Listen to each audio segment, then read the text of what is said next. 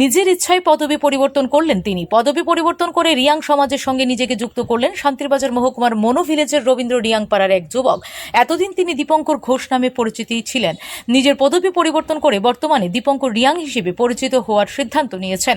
এই উপলক্ষে বুধবার শান্তিরবাজার মহকুমার ব্রু সং গ্রাম্মা মথ সামাজিক সংস্থার কার্যালয়ে এক আনুষ্ঠানিক অনুষ্ঠানের আয়োজন করা হয়। অনুষ্ঠানে ব্রু সং গ্রাম্মা মথ সামাজিক সংস্থার জেনারেল সেক্রেটারি থানারাম রিয়াং সহ রিয়াং সমাজের অন্যান্য বিশিষ্ট ব্যক্তিরা উপস্থিত ছিলেন। অনুষ্ঠানে দীপঙ্কর রিয়াং নিজের সিদ্ধান্ত ও প্রতিজ্ঞার কথা তুলে ধরেন। তিনি জানান, নিজের ইচ্ছাতেই তিনি পদবি পরিবর্তনের সিদ্ধান্ত নিয়েছেন। আগামী দিনেও রিয়াং সমাজের সঙ্গে থেকে সমাজের উন্নয়ন, ঐক্য ও সংস্কৃতি রক্ষার কাজে নিজেকে যুক্ত রাখতে চান।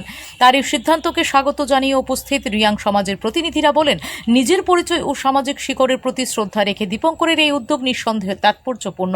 আগামী দিনেও তিনি সমাজের পাশে থেকে কাজ করবেন বলে আশা প্রকাশ করেন তারা।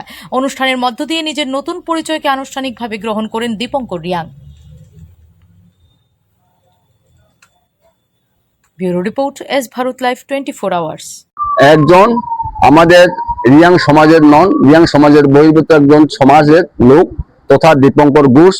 পিতার নাম হলো মৃগেন্দ্র নারায়ণ ঘোষ, বাড়ি হলো দাতারাম, উদয়পুর, গুমতি, ত্রিপুরা।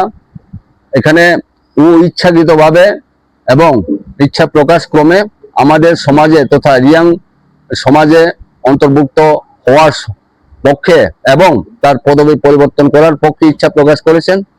সেটার ব্যাপারে আমরা আমাদের রিয়াং সমাজের যে কাস্টমারি ল রয়েছে, বিধিবিধান রয়েছে, সেটা অনুসারে আমরা সেটা কনসিডার করেছি এবং আমাদের যে নিয়ম নীতি, যে পরম্পরা, যে নিয়ম নীতি রয়েছে সেটার অনুসারে আমরা পূজা পার্বণ ক্রমে তাকে আমরা আমাদের সমাজের মধ্যে অন্তর্ভুক্তি করেছি বা আমাদের তার পদবি পরিবর্তনকে আমরা গ্রহণ করেছি। তার অনুসারে সে একটা এফিডেভিট করেছে। ডেট অফ এফিডেভিট হলো 20/7/2026 এফিডেভিট করা হয়েছে এবং প্রেস ক্লিপিংও করেছে সে 3টি পত্রিকায়।